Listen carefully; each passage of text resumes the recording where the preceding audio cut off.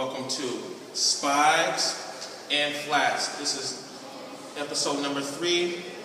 First person I want to introduce today is the man himself, Mr. Albert G. Lane. This is who Lane Tech is named after.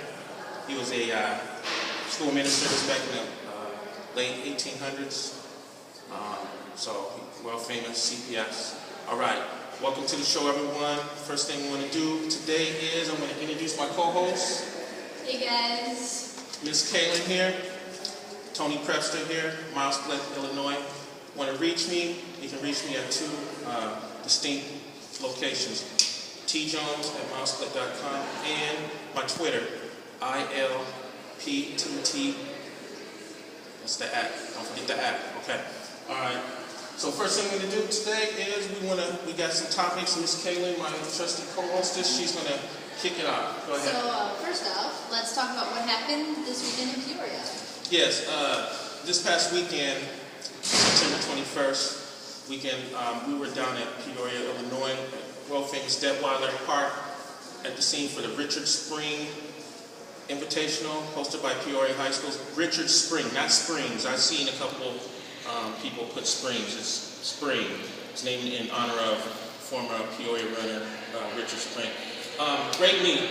It was basically the varsity race, boys and girls, one race, every man, every woman for themselves.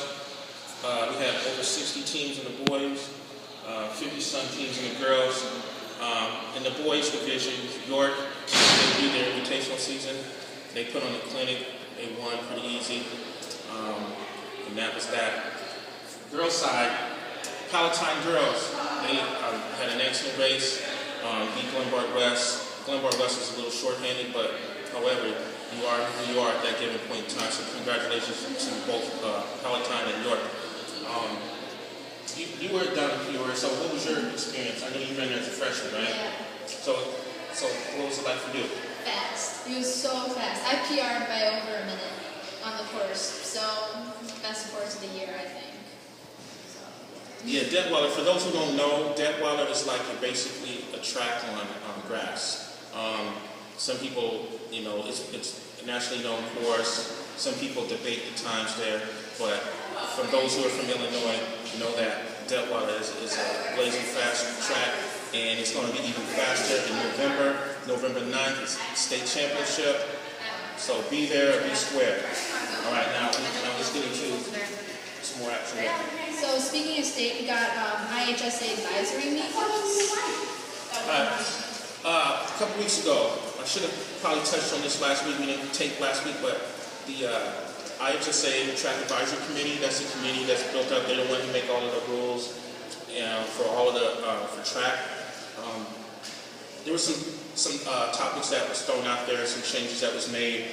One of the topics that they did make some changes is that the girls and the boys standards to qualify for state is going to be a little bit more difficult. A couple events that maybe that you might be interested that you in, like the 4x8, and I think the mile, 2 mile, yeah, a little bit faster. So I guess it makes everyone's girls out there, boys out there, make sure you train harder. We win a break cross country, indoor track. So we working harder. And just competitions got better. So that's all it was. Another thing too. There was an issue regarding, we had a fiasco at the boys' state meet where it was sped up, and the tent, there was an issue with checking in at the tent. And I had a chance to talk to Ron McGraw, who's the boys' track czar, about it. And I know that he's taken a lot of heat regarding that issue. Kids not getting late checked in the tent. And I think one of the things that he told me was, he's going to put that on the coaches, basically, because he felt like coaches and athletes were given ample time to, like when they had to speed up the meet. So that's something, if you have an issue with that, you need to email Ron McGraw about that, but I know they're not going to change the procedure. One of the things they are going to do is they might have,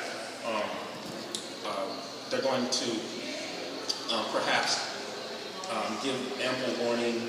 We're talking about via text message. I don't know how they do that. Yeah. So Need to get with Ron McGraw about that. All right, so that's all I really got. If you go to IHSA.org, click on track, either girls or boys, the notes will be up there. And I advise all you coaches out there, even athletes, to go and read it. So that's all I'm going to really talk about with that. All right, so how do you think, in your humble opinion, a meet should be run? All right, this is cross country that I'm talking about. I've been to a lot of cross country meets out there over the years, participating in a lot of cross country meets, and so have you. One of the things I do have, I love Peoria, Mike Sullivan. I love Mike Sullivan. He's the meet director at Richard Spring Invite. I've seen some of the other meets that they've hosted around the state.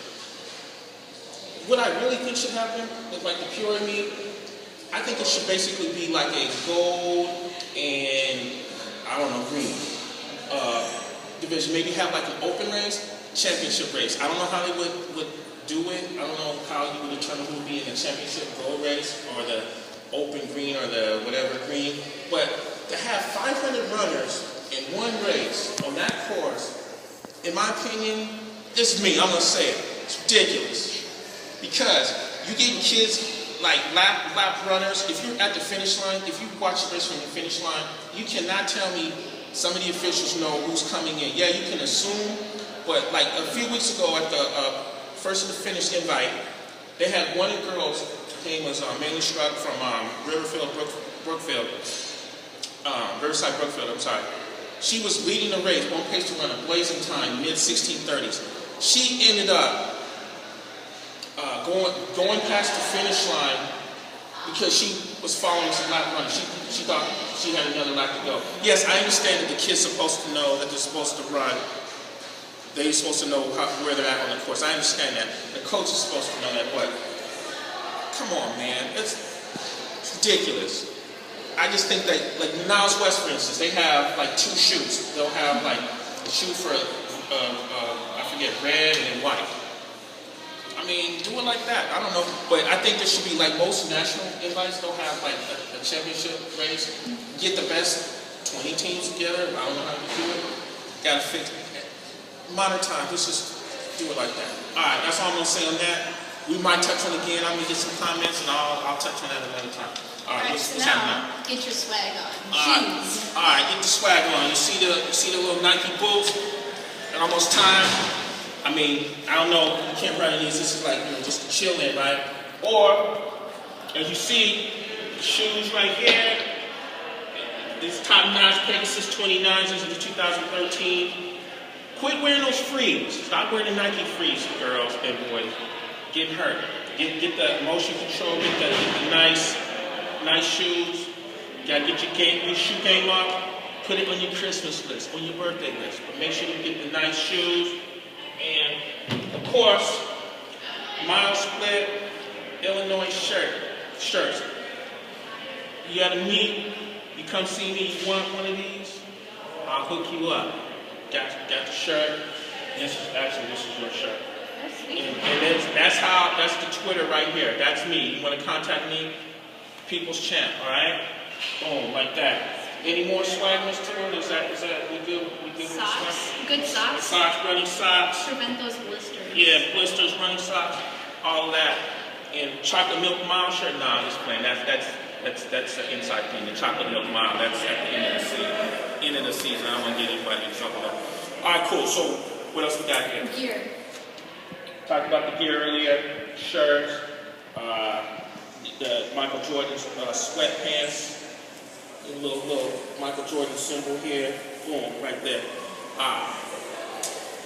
We also got attitude. Attitude. Positive attitude. Whenever you're going into a race, you want to have a positive attitude, okay? All right? Not self-defeatist. I think you should talk about attitude, because this is your specialty right here. Yeah, well, so literally since freshman year, I've had a bad attitude running, and let's say I've never really run below 21. But then suddenly this year, my coach, Jeffrey Bryant, finally taught me if you're positive and just ignore or at least accept those negative thoughts, you'll PR. Like I'm running literally like 5 minutes faster than I did last year.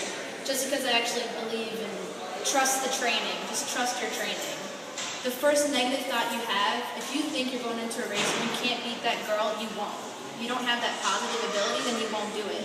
You have to at least believe, or at least set goals that are positive. That's it. That's really, I wanted Miss Kaylin to talk about that because it's always good to get it from an athlete's perspective.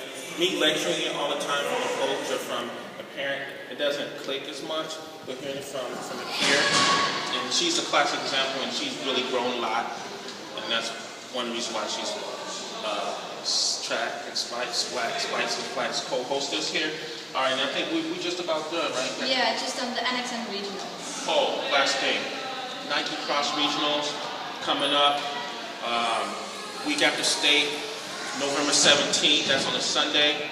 Get on the, I think, runnerspace.com website there. I think they're running the host of it. Be Terre Haute, Indiana Midwest region. I will talk about that more in depth next week's show, but I just want to throw that put the ball in the air. Nike Cross Regionals, week after state. You might want to participate and get a chance to go to nationals, run against some kids from other states. Okay? That's about it. Outro. So, Palatine Invitational this weekend. I'll be there with some of the guys on the team.